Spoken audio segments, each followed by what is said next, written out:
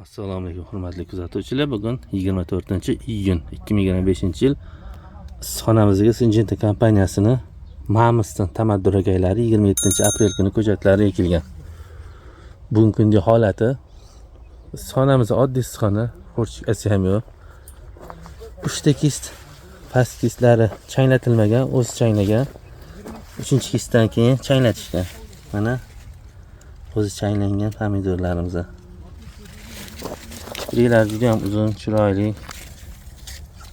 Ko'radigan bo'lsak, sifati ham yaxshi. Ranglarini ko'radigan bo'lsak, hozir bu yerda mana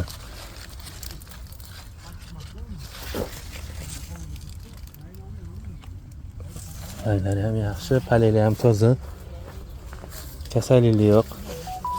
Endi ertaga birinchi terim qilishar ekan.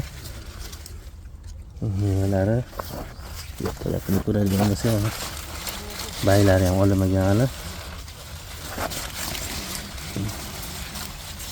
Mana mevalar juda ham chiroyli. Baylari.